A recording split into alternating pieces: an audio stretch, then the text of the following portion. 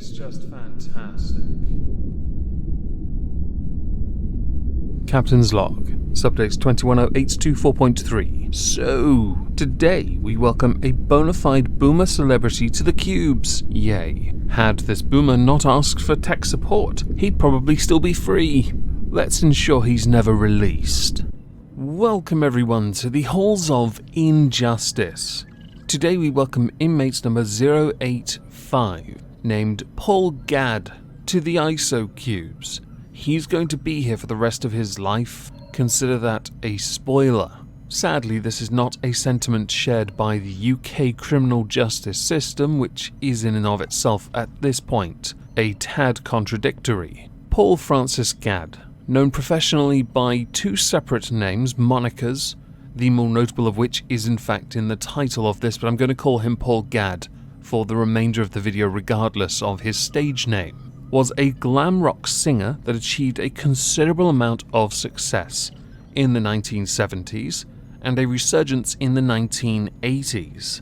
He sold well over 20 million records, had 3 number 1 singles, and is listed as one of the top 100 UK acts. No doubt people wouldn't want him on that list, but he's on the list. Even if you remove him, he's still there. You can't just rewrite history, okay? Essentially, Paul Gadd had done it all. So when his career was winding down in the 90s, and he was looking towards retirement, he decided to go and well and truly ruin it. That said, a lot of the accusations come from the 70s and 80s anyway, so perhaps he was ruining it anyway during his heyday, decline, and second wind, but it wasn't until the last decade that he faced justice for those. Many of you will have heard of Paul Gadd because of one very important incident.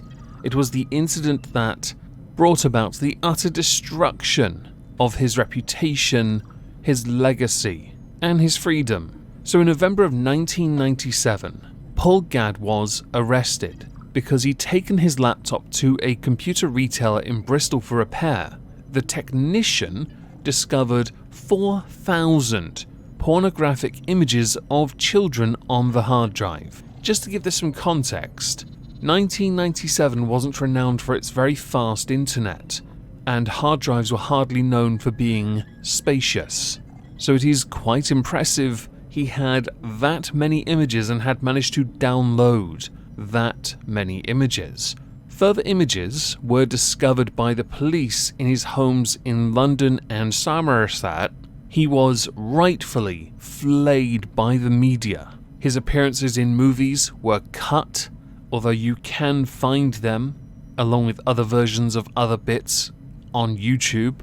As a consequence of what he did, on the 12th of November 1999, Mr. Justice Butterfield sentenced Paul Gadd to 4 months in prison and placed him on the sex offender register in the UK after he had admitted to having all of those images.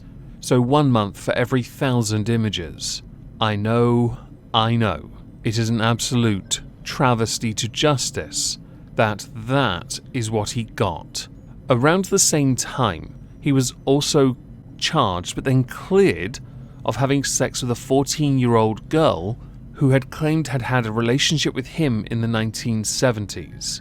But it was later discovered that that particular person stood to make a lot of money had Paul Gadd been convicted. Upon his release, Paul Gadd decided he needed a fresh start. So he took on a bit of globetrotting over a period of 6 years, from 1999 to 2005, on his yacht. His first stop, Soto Grande, where he lived for 6 months under the name Larry Brillianti. Not a joke.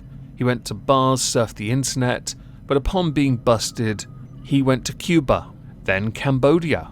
But in 2002, he was detained over previous sex offences, spent 4 days in jail, was released, and then in January 2003, deported to Thailand on a flight to Bangkok. And then he finally settled in another more notable region for his crimes, Vietnam. And things for a few years went a little quiet, until 2005. Upon applying for permanent residency in Vietnam, he came to the attention of Vietnamese authorities because he had been allegedly banned from a nightclub for groping a teenage waitress.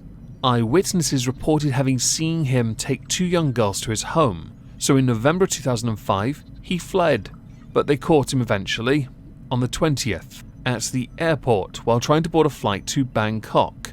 6 Vietnamese girls and women aged 11 to 23 claimed that Paul Gadd had had sex with them. It's not the word, but you know what, we'll indulge for a moment.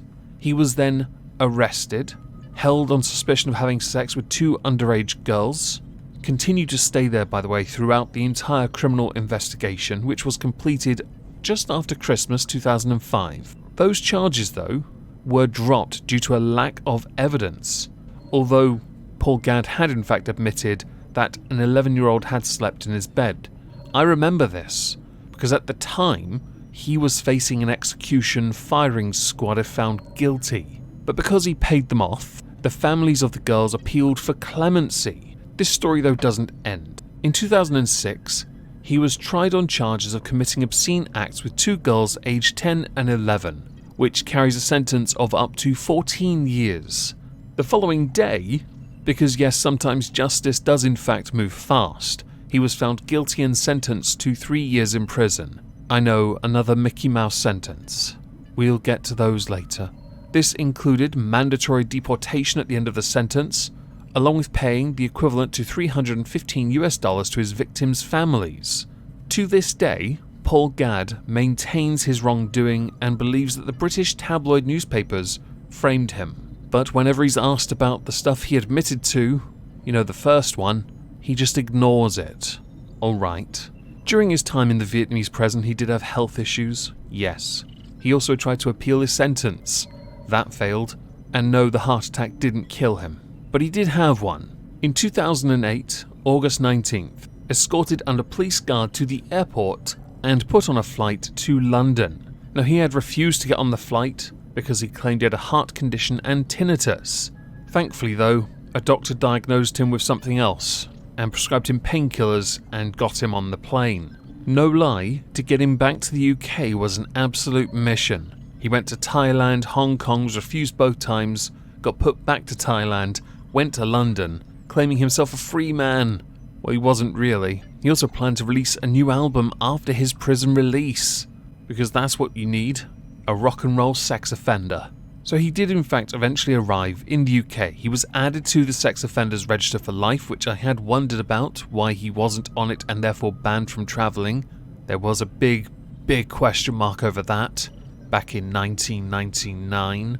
But alright, nice to see you started your Mickey Mouse justice system early. Things then went quiet. That is until January 2015, where Paul Gadd appeared at Southwark Crown Court accused of 7 counts of indecent assault and 1 count of attempted rape on 2 girls aged 12 to 14 between 1977 and 1980. Past has really come back to haunt him, hasn't it? After a 2.5-week trial, he was found guilty and convicted of attempted rape, 4 counts of indecent assault and 1 of having sex with a girl under the age of 13. He was acquitted of the other 3 counts, and he was sentenced on the 27th of February 2015 to 16 years in prison. Now, he appealed this and failed multiple times. He also tried to leave the country, but failed that as well, so gave up. Why would I bring up Paul Gadd, aka Gary Glitter, now? Well, the reason why is because he's been in the news a couple times recently. The first is because he's in prison, he managed to get a COVID vaccine, and that annoyed a lot of people. People would not want him to get anything that benefits his health. There's a human rights argument there, but many of us take a very different stance when it comes to people like Paul Gadd. The second reason is because it is widely believed he is going to be moved very soon to an open prison, and even more likely that within a year he will be released from prison having served half of his 16-year sentence.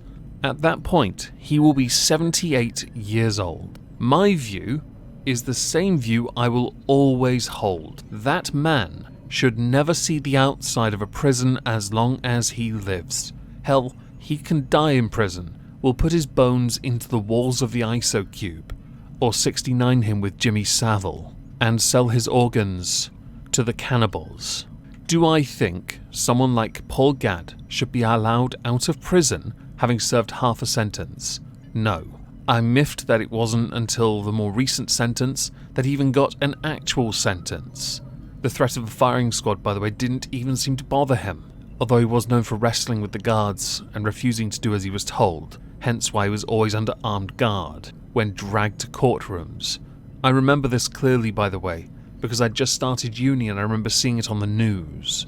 Now, as we're done, I'd like to know what you think. Do let me know what you think about the sentences and what he's done in his life in the comments down below. I personally believe life forever will keep him alive as well, don't worry. Now, as a final thing, I shall be streaming on Twitch tonight. If I don't see you there, have a fantastic day, except for you, Paul Gadd. And thank you all very much for listening.